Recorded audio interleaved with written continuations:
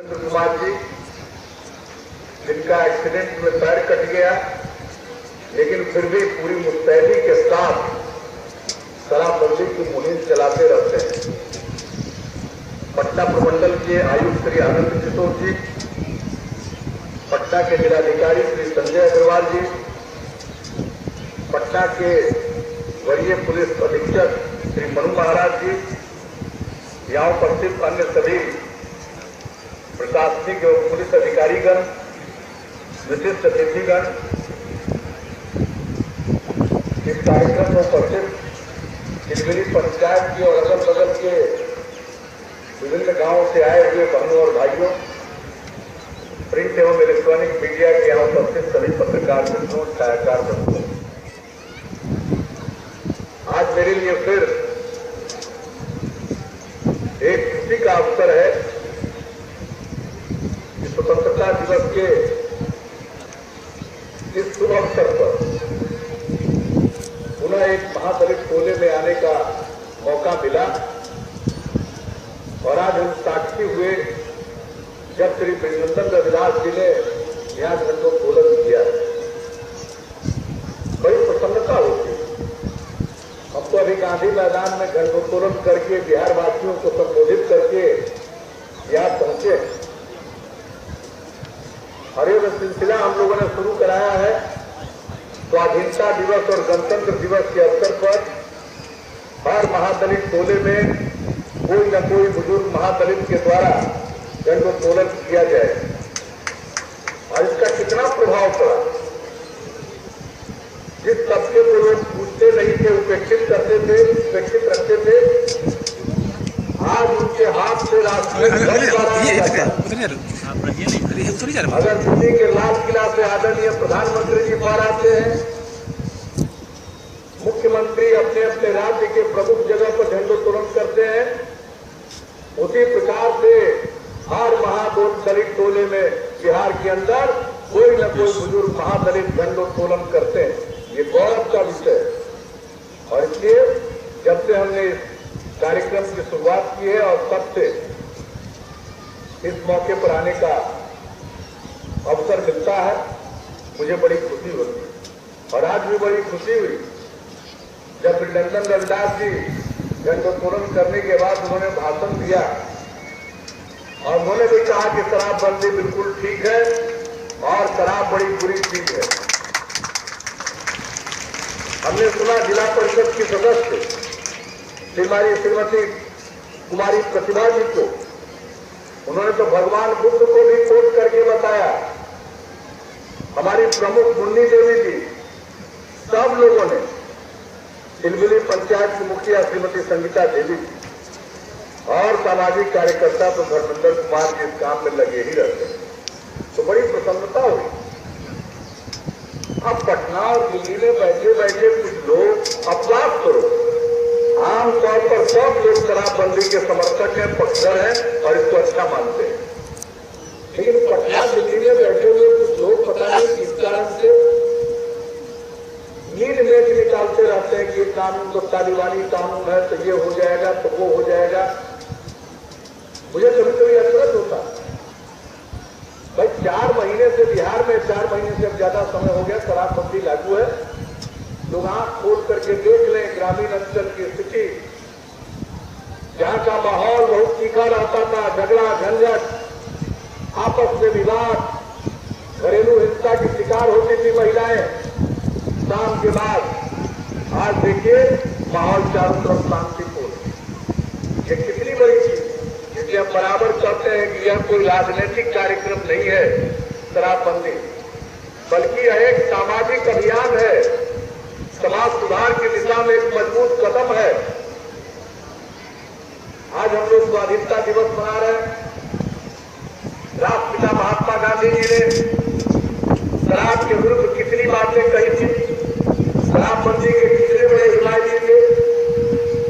उन्होंने तो यह भी कहा, यंग इंडिया में उन्होंने लिखा था जनवरी 1928 में, और उन्होंने कहा था कि शराब एक बुराई नहीं, बीमारी है, और अगर कोई बीमार है तो उसका कोई इलाज नहीं है, इलाज करना नहीं है। बताइए कितनी बड़ी बात है। ये सिर्फ बुराई नहीं है, दरअसल ये बीमारी है, उसी से ग्रस्त हमारे कुछ लोग हैं। और जब बीमारी हो गई तो जिसको बीमारी होती है उसको क्या कहा जाता है? बीमार। और जब बीमार हो जाता है तो उसका इलाज कराना पड़ता है कि नहीं कराना पड़ता? तो वही है गांधी जी का ये कथन है। तो हम लोग तो चाहते हैं कि शराब के शिकार जो बीमार हैं उनकी तबीयत ठीक हो जाए, स्वस्थ हो जाए, उनका आगे जो जीवन है वो बेहतर हो जाए। आने वाली जो हमने लागू किया तो वो शराब पीने वाले लोग हमसे नाराजगी, हमारे प्रति नाराजगी प्रकट करते हैं, लेकिन अब वो भी बड़ा प्रसन्न रहते हैं कि बड़ा अच्छा हुआ, आदत तो छूट ही गया, अब कम से कम घर परिवार की सेवा कर रहे हैं और आने वाली पीढ़ी का भविष्य हमारा तो अलग। इसलिए अब पूरे बिहार में इसको व्यापक जन समर्थन है। कुछ अपवाद मंसूर से को छोड़कर जबरदस्त समर्थन, और उनको कहने की जरूरत नहीं है, खुद जाकर लोग देख ले। कोई तालिबानी कानून नहीं है, कोई ड्रैकोनियन लॉ नहीं बना। जब भी कोई चीज होता है लागू किया जाता है तो एक तरफ कानून और दूसरी तरफ जन चेतना। तो जबरदस्त जन चेतना है। 1 अप्रैल से तो हमने लागू किया था गांव में शराबबंदी, लेकिन इसके बाद जो शहरों में शराब की दुकान खुलने लगी उसका कितना विरोध हुआ। तो मुझे हृदय से प्रसन्नता हुई कि हम जो वातावरण शहरों में भी बनाना चाहते थे वह तो बन गया है, और इसके 5 अप्रैल से शहर में भी अभी शराब बंद होगी। कभी कभी तो मुझको आश्चर्य होता है कि जो हमको इसके लिए कानून में संशोधन कर रहे थे तो उस तक पर चाहते थे अरे देशी क्यों, विदेशी क्यों नहीं, गांव में क्यों, शहर में क्यों नहीं, पूर्ण शराबबंदी होनी चाहिए। तो हमने तो 4 दिन के बाद पूर्ण शराबबंदी लागू करते। अब आज का जो कानून है उसके खिलाफ हो गया। बात होगी ये तो बड़ा ही कभी कभी कुछ लोगों के दोहरे चरित्र को उजागर करता, डुअल कैरेक्टर। भाई कला बोल रहे थे कि हम पूर्ण शराबबंदी करेंगे नहीं, जरूरत वाले गाय पूरा बंद कीजिए, पूरा बंद कीजिए। और जब पूरा बंद किया तब कहते कानून तालिबानी हो गया। तो इसलिए गांधी जी का वो कथन, ये बुराई नहीं बीमारी है, और आपने हमको मुख्यमंत्री बनाया है तो बीमारी का इलाज, तो बीमार का इलाज तो करना हमारा दायित्व है ना, धर्म है ना, वही इलाज कर रहे हैं शराब को बंद करके। तो इसलिए आप सबका जबरदस्त समर्थन रहना है। मुझे इसके लिए बड़ी प्रसन्नता है। इससे मन बुलंद होता है, हौसला बढ़ता है और काम को और मजबूती के साथ क्रियान्वित करने का साहस पैदा होता है। तो हमने तो लोगों के मनोभाव को देखकर, और बताइए ये चंपारण सत्याग्रह का 100वां साल है। हम बापू को किस प्रकार श्रद्धांजलि दें? उनके बताए मार्ग पर चलकर ही हम श्रद्धांजलि दे सकते हैं। इसलिए शराबबंदी के उनके बताए मार्ग पर चलकर हम सही मायने में राष्ट्रपिता महात्मा गांधी जी को श्रद्धांजलि दे रहे हैं, उनके प्रति अपनी श्रद्धा निवेदित कर रहे हैं चंपारण सत्याग्रह के 100वें साल। आइए हम सब लोग मिलकर इसको कामयाब करेंगे। कानून भी अपनी भूमिका अदा करेगा और कोई किसी को जबरदस्ती पकड़े उकड़ेगा नहीं, बहुत भ्रम के शिकार रहेगा। साला किसी को पकड़ेगा तो गड़बड़ करेगा, पकड़ेगा तो उस पर भी कार्रवाई करने का काम में प्रावधान कर दिया। ये तो लागू करना है लोगों के सहयोग से, समर्थन से। और शराबबंदी का मतलब शराब का बंद होना है, कागज पर बंद करने का मतलब नहीं है कि शराबबंदी की घोषणा कर दिए अंदर अंदर दारू मिल रहा है। ये कैसा शराबबंदी है भाई? जब बंद तो बंद, हमको उसमें अगर एक बार बंद तो ये बंद है। जो भी शराब को का व्यापार करेगा, इधर उधर करेगा तो उस पर कार्रवाई। इसलिए बहनों और भाइयों, आज के इस अवसर पर मैं अपनी पूरी शुभकामना आपको देता हूँ। आपके बीच उपस्थित होकर के दिल्ली का नाम तो बराबर सुनते रहे, नाम ऐसा है दिल्ली की कभी बुलाता है। आज आपके बीच में आने का मौका मिला तो आज के इस अवसर पर और सब काम हो रहा। 7 निश्चय जिसकी चर्चा हुई उसका क्रियान्वयन, उसका एक निश्चय हमारे 7 निश्चय का है। हमारी सरकार के महागठबंधन के 7 निश्चय है उसमें एक निश्चय है महिलाओं को सरकारी नौकरियों में, राज्य सरकार की नौकरियों में 35% का आरक्षण, और उस एक निश्चय को हमने लागू भी कर दिया। 7 निश्चय का एक निश्चय लागू हो गया और बाकी सब पर काम हो रहा। 2 अक्टूबर से तो कई योजनाएं शुरू हो जाएंगी। संभव है सितंबर के अंत होते कई योजनाएं शुरू हो जाए, सब मंजूर है। कुछ लोग कहता है कि आजकल शराबबंदी पर सब ध्यान देते हैं। अरे शराबबंदी पर तो पूरा ध्यान देते हैं, लेकिन उसके साथ साथ 7 निश्चय के क्रियान्वयन पर उतना ही ध्यान देते हैं। लोक शिकायत निवारण कानून बनाया, जनता को अधिकार दिया है, कानूनी अधिकार दिया है कि उनकी कोई शिकायत है तो उसका निराकरण होना चाहिए, उसका निवारण होना चाहिए। ये सब पर ध्यान है और जितना काम है कानून व्यवस्था एक चीज पर ध्यान है। समाज में प्रेम और सद्भाव का वातावरण बना रहे। हम आपसे यही अपील करेंगे कि आप जिस प्रेम और भाईचारे का माहौल है इसको बनाए रखिएगा और ये कायम रहेगा तो बिहार को और ऊंचाई पर जाने से दुनिया की कोई ताकत नहीं रोक सकती है। बिहार आगे बढ़ेगा। पिछले 10 वर्ष में औसत विकास का दर 10% हुआ।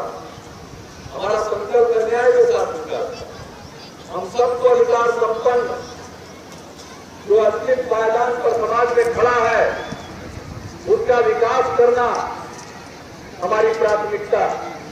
इसलिए आप देखते हैं महादलित भोले को सम्मानित करने के लिए और उनके अंदर भी यह भाव जगाने के लिए यह देश चंद अमीर लोगों का नहीं है बल्कि यह देश आम जन का है, सबका है, ये दर्शाने के लिए। और इसमें पूरे बहुत ही इसका व्यापक असर और प्रभाव लोगों के मनोभाव पर पड़ा। आज देखिए कितनी खुशी होती है।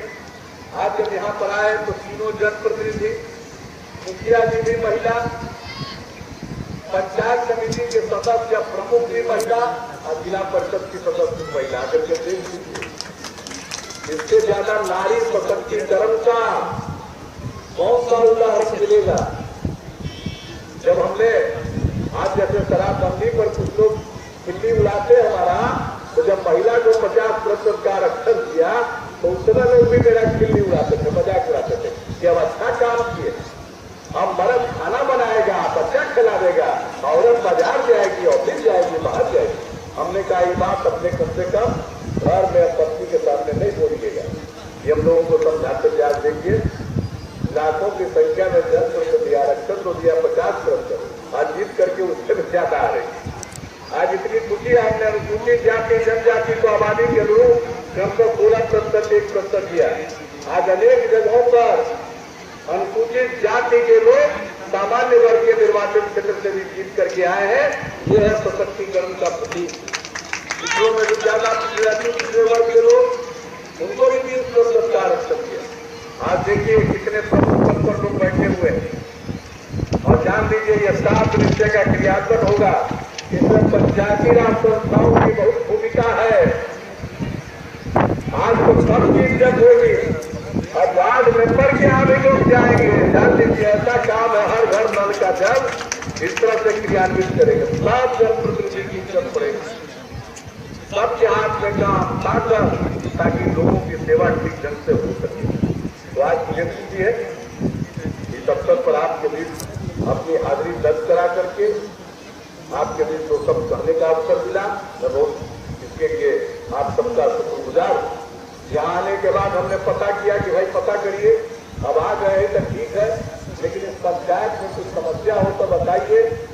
यहाँ स्वास्थ्य केंद्र बना हुआ है लेकिन उसका भवन जर्जर है, सामुदायिक भवन का निर्माण नहीं हुआ, आंगनबाड़ी केंद्र किराए में चलता है और इस पंचायत में उच्च विद्यालय नहीं, ये हमको मालूम हुआ। इससे अब स्वास्थ्य केंद्र का नए भवन का निर्माण कराया जाएगा, सामुदायिक भवन का निर्माण कराया जाएगा, आंगनबाड़ी केंद्र का अपना भवन निर्मित किया जाएगा और दिल्ली पंचायत में +2 के स्कूल की स्थापना की जाएगी, उच्च विद्यालय की स्थापना की जाएगी।